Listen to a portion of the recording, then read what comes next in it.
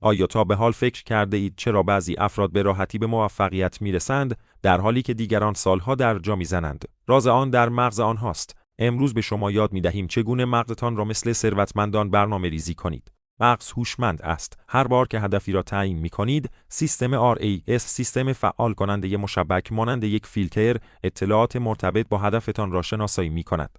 مثال، اگر به خرید ماشین جدید فکر کنید، ناگهان همه جا تبلیغات آن ماشین را می‌بینید. این تصادفی نیست. مغز شما دارد برای موفقیت برنامه‌ریزی می‌شود. خبر خوب، مغز شما انعطاف پذیر است. دانشمندان به این ویژگی نوروپلاستیسیتی می‌گویند. هر بار که مهارت جدیدی یاد می‌گیرید یا فکر مثبتی تکرار می‌کنید، مغزتان مسیرهای عصبی جدید می‌سازد. مثل عضله‌ای که با ورزش قوی می‌شود.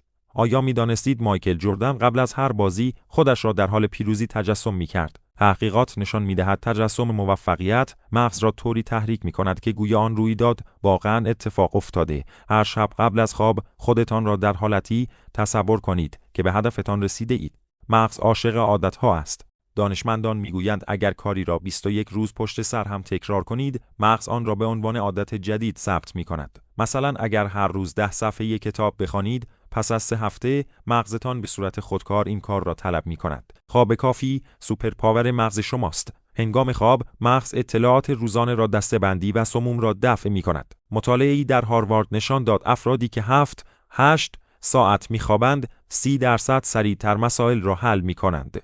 موفقیت یک اتفاق نیست، یک فرایند است. از امروز شروع کنید. هدفتان را تجسم کنید. عادتهای کوچک بسازید و به مغزتان استراحت بدهید. به یاد داشته باشید، شما همانی هستید که مغزتان باور دارد. اگر این ویدیو برایتان مفید بود، آن را با دوستانتان به اشتراک بگذارید و در کامنت ها بنویسید.